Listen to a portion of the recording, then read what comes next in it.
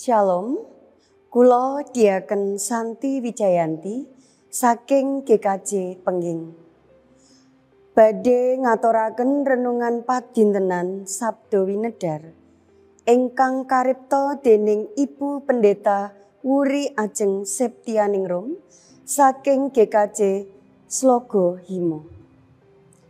Dinten menika Minggu gangsal 12 Juni 2020 kanthi jejer Minggu Trinitas. Waosan kapendhetaken saking Yohanan 16 ayat gangsal 11. Ingkang mekaten suraosipun.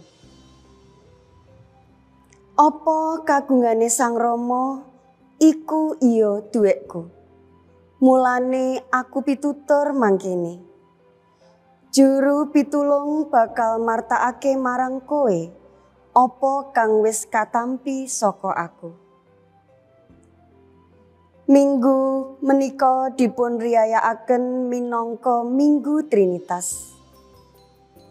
Kita kaparingan wekdal kangge ngraos-ngraosaken kados pundi pakaryanipun Allah ing jagat menika. Wiwit saking jagat katitahaken ngantos dumugi wekdal samangke. Pengetan Minggu Trinitas ugi ndadosaken kita ngraos-ngraosaken pakaryanipun Allah ingkang asring boten saged kagayuh dening nalar saha pangertosan kita. Panci leres.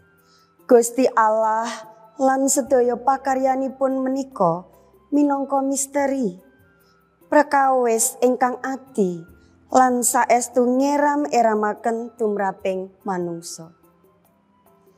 Ing waosan Yohanan 16 ayat 12 dumugi gangsal 11 kita sinau menawi Gusti Yesus Sang Rama saha Sang Juru Pitulung menika pinangkanipun satunggal. Pakaryanipun Allah menika wonten ing sedaya perangan gesangipun manungsa. Kados pundi kita saged mangertosi menawi Gusti Allah makarya ing gesang kita? Kanthi migatosaken menapa ingkang Sang Juru Pitulung wucalaken dhateng kita. Sang Juru Pitulung menika ingkang mangke badhe mucal kita lan nuntun kita salebeting babar paseksi dhateng jagat menika.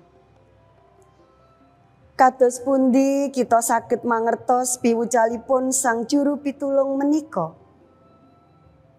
Kanthi migatosaken lan ngraosaken kanthi lebet kawontenaning batos kita, Sang Juru Pitulung memulang srana nuntun kita nemtokaken pilihan-pilihaning gesang ingkang ngener dhateng kasaenan.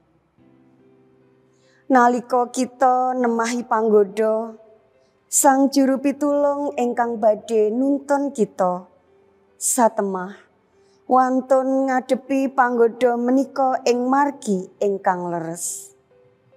Gusti Allah lantaran Sang Juru Pitulung boten badhe negakaken kita.